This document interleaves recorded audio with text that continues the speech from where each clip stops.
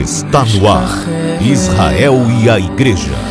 A reconexão indispensável para o tempo do fim.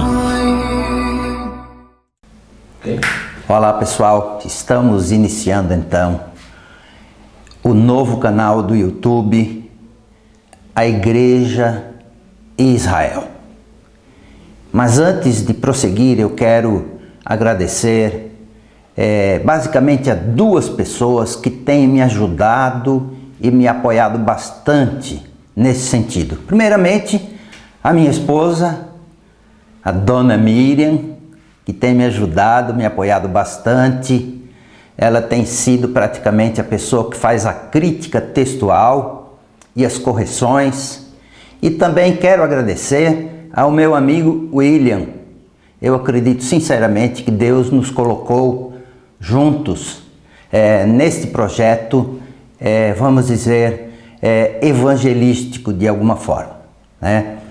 Bem, o objetivo deste canal vai ser lembrar a todos da importância que a igreja tem de se reconectar a Israel, se reconectar às raízes da sua fé lá do primeiro século. Por quê? Bem, o contexto original das Escrituras se perdeu a partir do segundo século. E a igreja, ela, de alguma forma, se desconectou de Israel, assim, de forma mais definitiva, a partir do século IV. Então, portanto, a restauração da igreja a Israel, eu creio sinceramente que é indispensável para o tempo do fim. Mas eu quero fazer uma pergunta para vocês. Me diga uma coisa: como é que os cristãos amam a Jesus, que é judeu ou era judeu, mas rejeitam os judeus, o povo que Deus elegeu para ser o seu povo? Então eu acredito que essa restauração é indispensável. A igreja precisa se reconectar novamente à igreja do primeiro século, a Israel.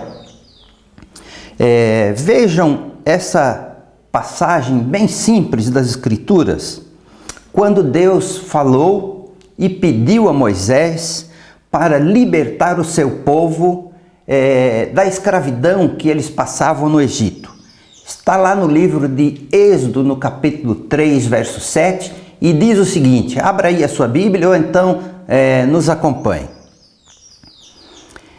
Disse ainda o Senhor a Moisés: certamente vi a aflição do meu povo que está no Egito, e ouvi o seu clamor, por causa dos seus exatores, conheço-lhe o sofrimento.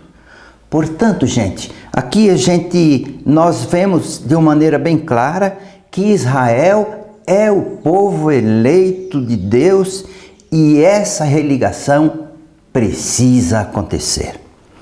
Por quanto tempo será que Israel seria o povo de Deus? E eu convido você de novo a ler comigo Jeremias no capítulo 31, dos versos 35 a 37, que diz o seguinte: assim diz o Senhor, que dá o sol para a luz do dia e as leis fixas à lua e às estrelas para a luz da noite, que agita o mar e faz bramir as suas ondas, Senhor dos exércitos é o seu nome.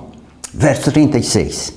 Se falharem estas leis fixas diante de mim, diz o Senhor, deixará também a descendência de Israel de ser uma nação perante mim para sempre. E o verso 37 ele conclui dizendo: assim diz o Senhor, se puderem ser medidos os céus lá em cima e sondados os fundamentos da terra cá embaixo, também eu rejeitarei toda a descendência de Israel por tudo quanto fizeram, diz o Senhor.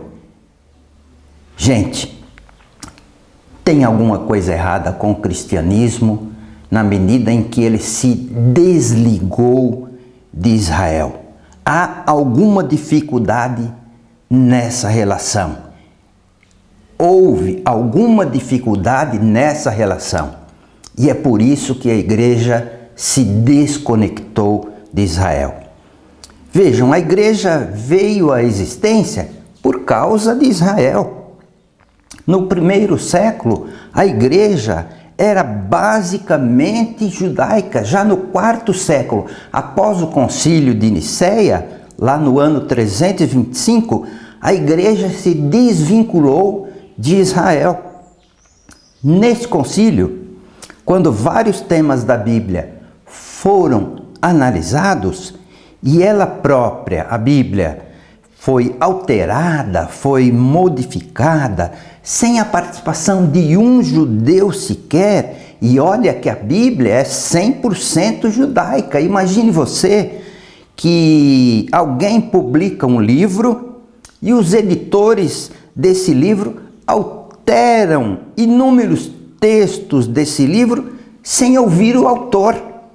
Foi isso que aconteceu no Concílio de Nicéia, quando se deu a ruptura total entre a igreja e Israel. Essa ruptura não partiu de Israel, partiu da igreja no Concílio de Nicéia.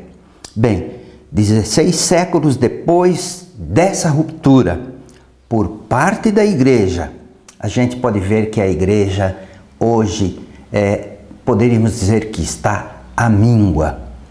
A igreja deste século 21, e aqui não nos referimos a nenhuma denominação em particular, mas ao cristianismo como um todo, afastou-se das raízes da fé, afastou-se de Israel, o povo eleito de Deus.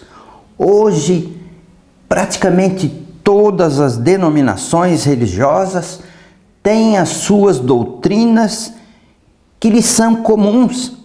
E quase todas, que triste isso, se dizem o Israel espiritual, porque afastaram-se de Israel, o povo eleito de Deus, e se dizem o Israel espiritual. Quando essa ruptura se tornou definitiva, a igreja, vamos dizer, dita cristã, prendeu, perseguiu e assassinou milhões de judeus e também milhões dos seus próprios fiéis cristãos, dos seus próprios seguidores, das pessoas que dela discordassem. Não era esse, na verdade, o desejo de Deus. Que essa quebra do elo, esta ligação entre Israel e a igreja acontecesse. Não era esse o desejo de Deus. Porque Deus, com o sacrifício de Jesus, queria, na verdade, que o seu povo fosse um povo só, como nos diz o apóstolo Paulo, lá no livro de Romanos, no capítulo 1, verso 17, e eu leio para vocês. Se, porém, alguns dos ramos, os judeus, foram quebrados, e tu, sendo oliveira brava, os gentios, fostes enxertados em meio a eles, te tornaste participante da raiz e da seiva da oliveira. Então era desejo de Deus que o seu povo fosse um só, gentios e Israel um povo só, para a honra e glória de Deus.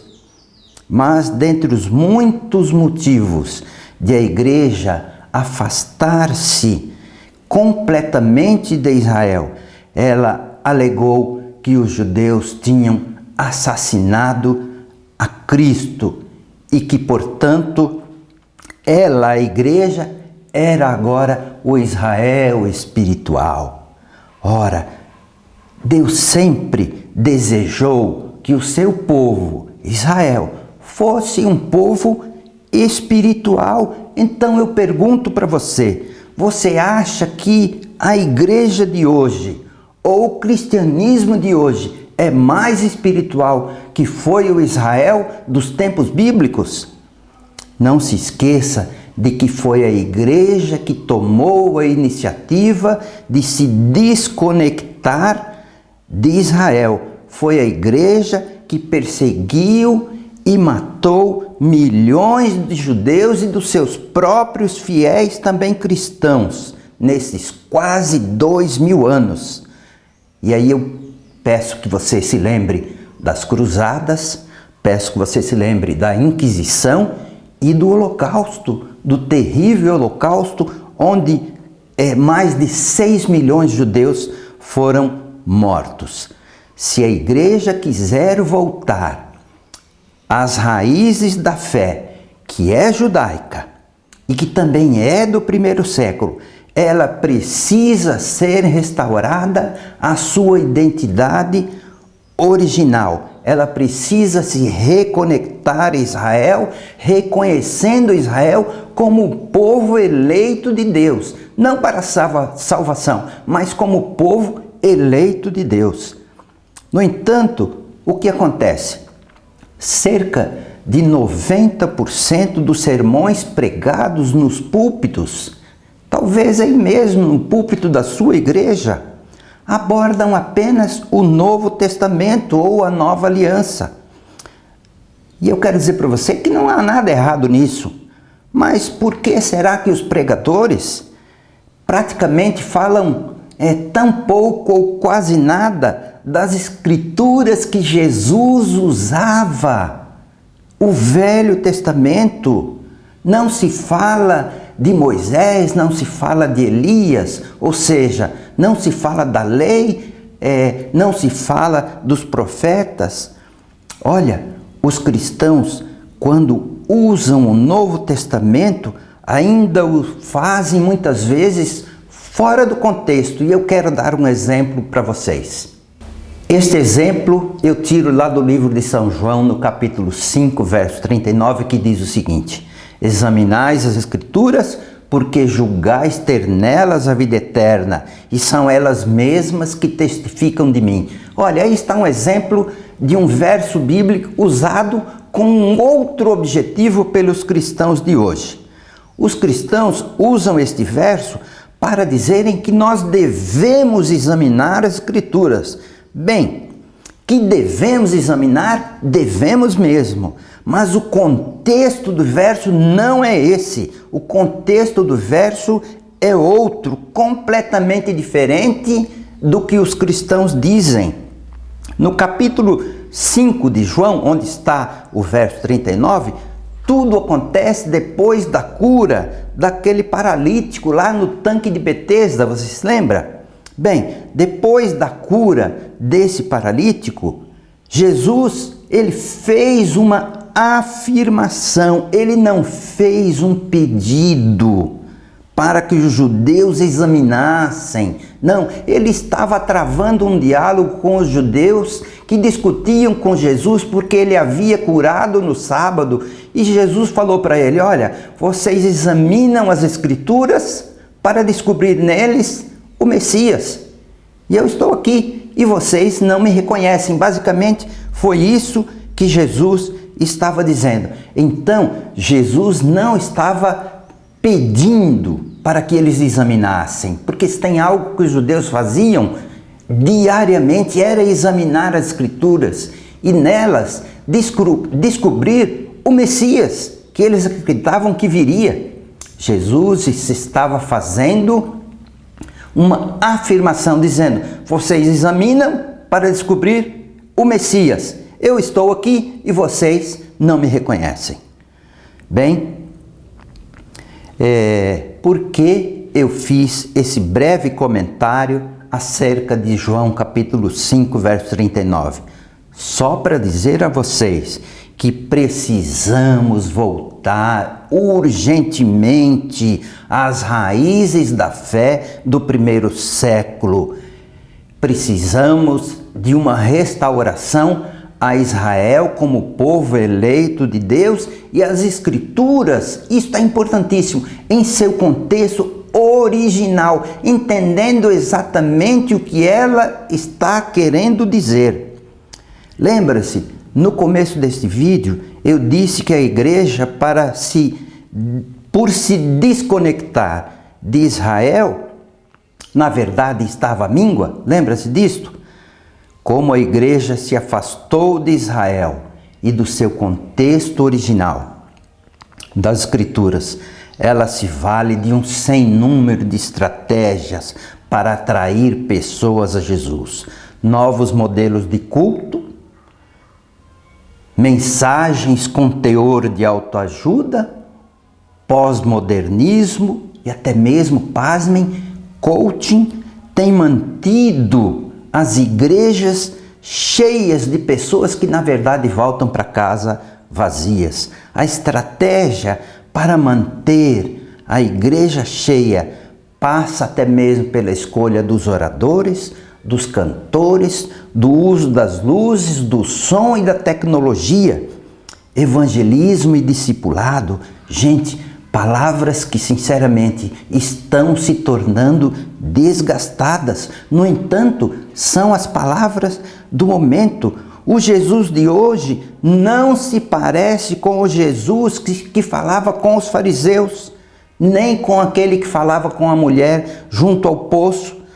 Também não se parece com o Jesus que expulsou os cambistas do templo, nem mesmo se parece com o Jesus que passava horas e às vezes dias em oração. Muitíssimo menos com Jesus que guiou Israel pelo deserto, que atravessou com eles o Mar Vermelho e que do Monte Sinai deu para eles a lei. Pelo contrário, o Jesus de hoje, ele é surfista, skatista e uma porção de outros istas. Por quê? Porque isso atrai, entre aspas, atrai as pessoas e a igreja fica cheia. O Jesus de hoje é aquele que enxuga lágrimas, que oferece um ombro amigo, que está sempre pronto para ouvir. Afinal, quem é que gostaria de ter um Jesus que corrige e ama ainda aqueles que têm amor por ele? A igreja, na verdade, não consegue enxergar a Jesus no Velho Testamento. Enxerga apenas a Deus. Porque o Pai é sério, exigente e disciplinador. O Deus do Novo Testamento para os cristãos é bonzinho. Ele sempre te entende. O Deus do Novo Testamento é o Deus da graça. Como se a graça não existisse no Velho Testamento. Quer um motivo maior do que este para que entendamos de uma vez por todas que a igreja precisa ser restaurada às raízes da sua fé no primeiro século, que a igreja precisa voltar ao seu contexto original depois de afastar-se disto por mais de 16 séculos? Abra sua Bíblia ou acompanhe comigo Apocalipse capítulo 2, verso 4 e 5, e com isso eu quero encerrar. Tenho contra ti que abandonaste o teu primeiro amor. Qual foi o primeiro amor da igreja? Você já pensou nisso? Com certeza este primeiro amor não é aquela fé extraordinária que você tinha quando se converteu. A Bíblia não está falando disso. Futuramente eu vou abordar esse assunto com vocês. E continua: recorda-te de onde caíste e arrepende-te, porque senão virei a ti e tirarei o teu candelabro. E aí, meu irmão, você tem um candelabro? Deus pode tirar alguma coisa de quem não tem nada? Gente, a igreja precisa se restaurar a Israel, aos seus ensinos, à sua fé lá do primeiro século, e especialmente ao seu contexto original. Um forte abraço para você e até o próximo vídeo.